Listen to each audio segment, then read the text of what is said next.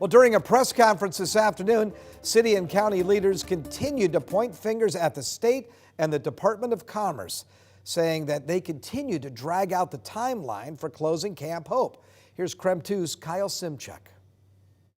Spokane County is currently suing the State Department of Transportation and asking a judge to declare Camp Hope a nuisance property. That decision could come as soon as December 2nd, but Sheriff Ozzie Knezevich says he doesn't need the court's blessing to go in and remove people.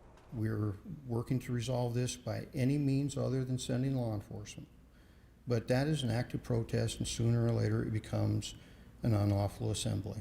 The sheriff says notices will soon be posted saying the camp is closing sometime during the first part of December and after Catholic Charities opens the former Quality Inn with room for up to 120 people.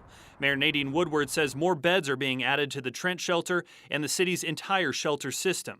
We need to know how many people are in the encampment. And since we can't get that number,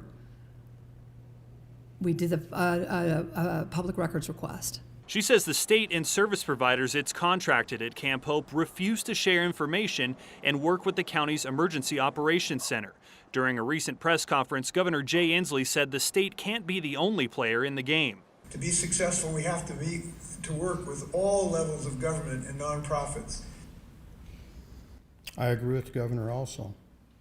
My question is, why is it that we cannot get all levels of government and nonprofits to work together in this county?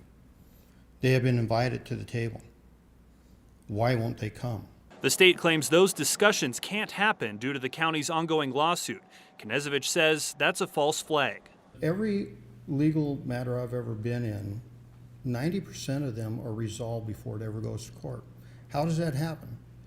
It's by people getting together and talking about the issue and resolving it before we ever have to go to court.